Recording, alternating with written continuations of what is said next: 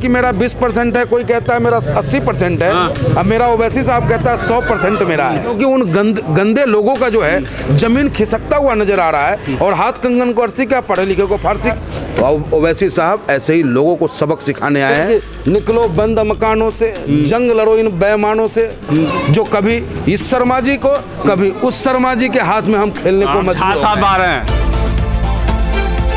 नमस्कार, आदाब, आप देख रहे हैं एमजे खबर और मैं आपके साथ जुनैद अंसारी। और लगातार जो है हम जो है पंडित मनमोहन झा गामा की जो चुनावी यात्रा है, जो चुनाव में लोगों के पास जा रहे हैं और इसके बारे में आपको बता रहे हैं कि अब क्या चल रहा है माहौल। अभी भी जो ये है शाहीबाबाद विधानसभा है और ये जो है खोड़ा इलाका पड़ता है। यहाँ पे जो है आज जुमे का दिन है और जुमे में के दिन के बाद ये लोगों से मिल रहे हैं। पहले तो स्वागत करता हूँ पंडित जी। बहुत बहुत धन्यवाद आपका, और धन्यवाद आपको इसलिए क्योंकि आप लोकतंत्र के चौथे स्तंभ हो और वास्तविकता दिखा रहे हो। इसलिए एक चीज देख सकते हैं, एक तस्वीर जो दिखाऊंगा आप, ये असली हिंदुस्तान की तस्वीर। ये पंडित जी हैं, ये देख सकते हैं मौलवी साहब हैं, मतलब मुस्लिम और हिंदू मुस्लिम सब एक साथ हैं क्या इस बार? देखिए, यही लड़ाई तो है हमारी। ओवैसी साहब क्या कहते हैं कि हिंदुस्तान का जर्रा जर्रा मेरा है।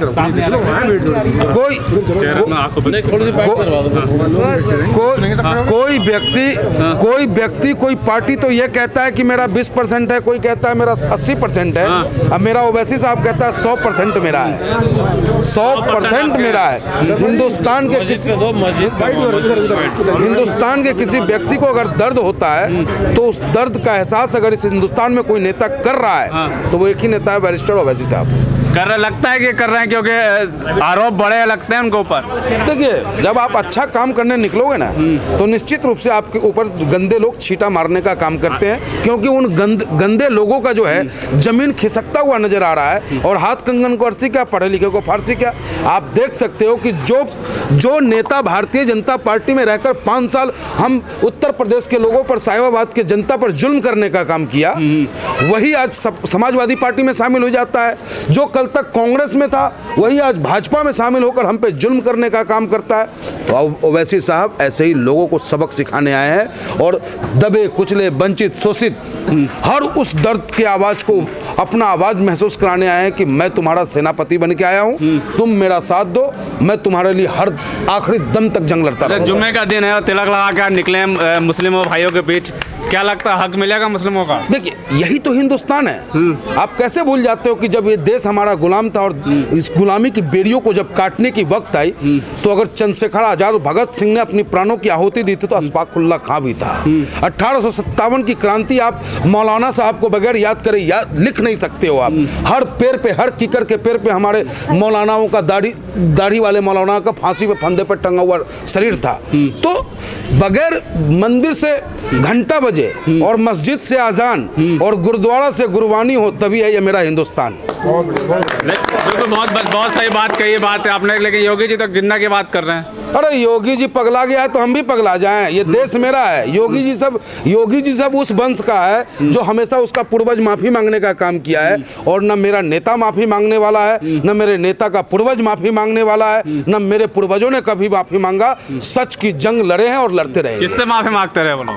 कभी अंग्रेजों से मांगा, कहने कि निकलो बंद मकानों से, जंग लड़ो इन बेईमानों से। मेरे बुजुर्गों ने तो लड़ा था अंग्रेजों से, अब हम सब मिलकर लड़ेंगे इन चोरों से। वो तो कह रहे हैं, हमेशा जो कह रहे हैं कि 660 जाटों को याद कर रहे हैं, कह रहे हैं 600 साल पुराना रिश्ता है उनका बीजेपी से और जाटों का। अरे वो तो जहाँ चले जाओ वहीं उनका रिश्ता हो जाता है, तो उनका जवाब क्या है? अब प्रधानमंत्री जी वाला भसवा वो भी अपनाने लगे हैं, तो वो छोड़िए। यहाँ हम बात करेंगे शाहीबाबाद विधानसभा की। शाहीबाबाद विधानसभा के लोगों को प्रताड़ित करने का काम, शाहीबाबाद विधानसभा के मतदाताओं को हर सुविधाओं से वंचित करने का काम अगर किसी ने किया है तो ये दोनों पार्टियां हैं जो कभी इस शर्मा जी को कभी उस शर्मा जी के हाथ में हम खेलने को मजबूर हैं।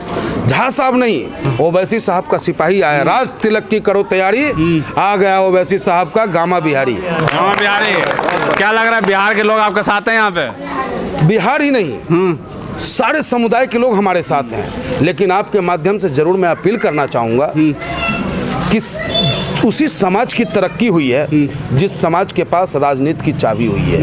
आज अगर इस साहिबाबाद विधानसभा में मेरे मुसलमान अक़लियत के भाई अपने आप को असहाय महसूस कर रहे हैं तो वजह सिर्फ यह है कि उनके हाथ में राजनीति की चाबी नहीं है। अगर यहाँ पे मेरे बिहार और पूर्वांचल के लोग अपने आप को कमजोर महसूस कर रहे हैं तो इसका वजह है राजनीति की चाबी नहीं है उनके हाथ में।